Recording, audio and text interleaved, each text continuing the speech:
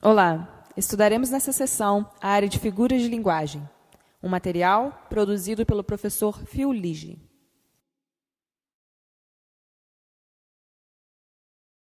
Hipérbole.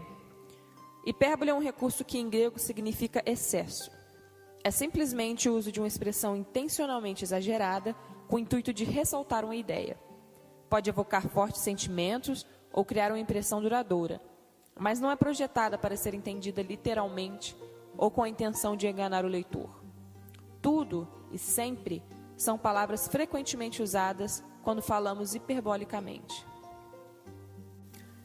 Jesus disse que era melhor entrar no reino dos céus sem uma mão, pé ou olho do que ser lançado no fogo do inferno. Contudo, é mais seguro dizer que Jesus estava enfatizando um importante estatuto a respeito de como lidar com o pecado do que pregando a automutilação. O apóstolo Paulo, por exemplo, disse que o seu amor pela igreja de Gálatas era tão grande que ele arrancaria os seus próprios olhos e daria para eles.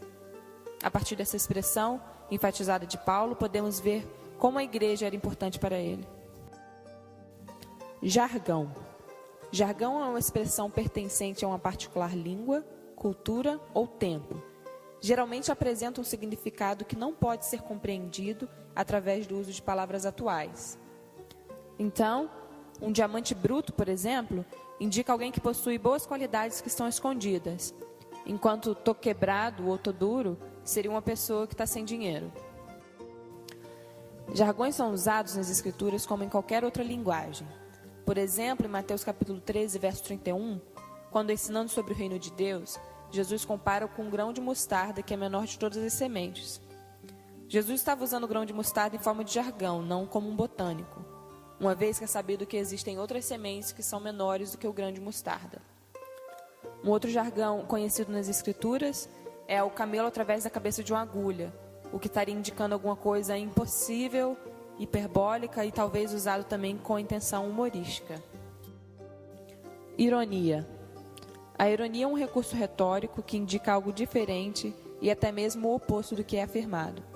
Ela pode ser usada como meio de humor ou sarcasmo, mas o objetivo é enfatizar uma afirmação da verdade para que o ouvinte seja forçado a considerar o que foi dito.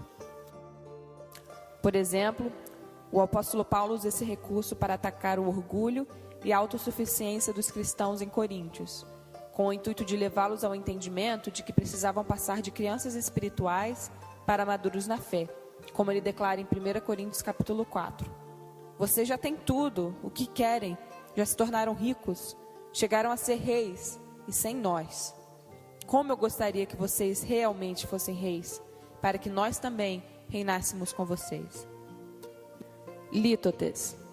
Lítotes consiste em afirmar o positivo pelo negativo, ou seja, nega-se o contrário do que se deseja afirmar. Nós geralmente utilizamos essa linguagem quando dizemos ela não canta mal, quando queremos dizer que alguém canta bem. Ou então, por exemplo, dizemos não é divertido estar doente, quando na verdade queremos dizer que estar doente é ruim. Um exemplo de lítotes nas Escrituras é quando nós lemos em Atos capítulo 27, verso 20, que Paulo e seus companheiros estavam passando por uma não pequena tempestade. Em Atos capítulo 15, vemos que Paulo e Barnabé tiveram um não pequeno desentendimento, quando por conta do desentendimento acabaram se separando. Metáfora. A metáfora é uma figura de linguagem constantemente usada, onde existe uma comparação direta entre duas coisas. Consiste na comparação de dois termos sem o uso de um conectivo. Em Salmos capítulo 91, verso 2, nós lemos que Deus é a rocha, enquanto em Salmos capítulo 84, verso 11, Ele é o nosso sol e escudo.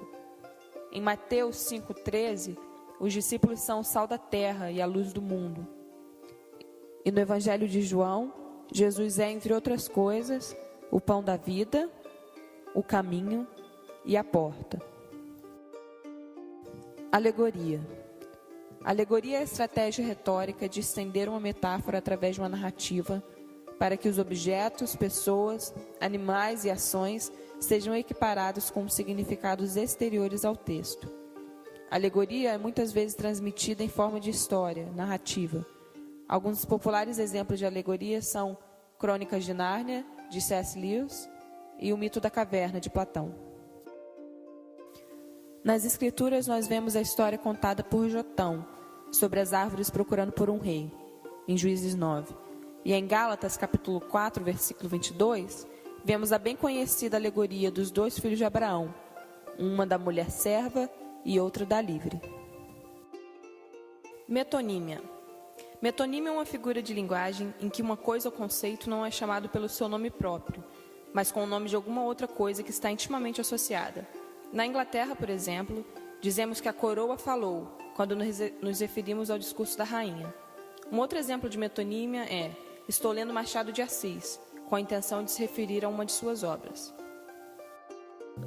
Em Deuteronômio, capítulo 28, é dito que a bênção de Deus estaria sobre a cesta e a amassadeira, quando o autor se refere à colheita abundante que estava em vista. Outro exemplo é a circuncisão e incircuncisão, que eram termos frequentemente usados para se referir a judeus e gentios nas cartas de Paulo.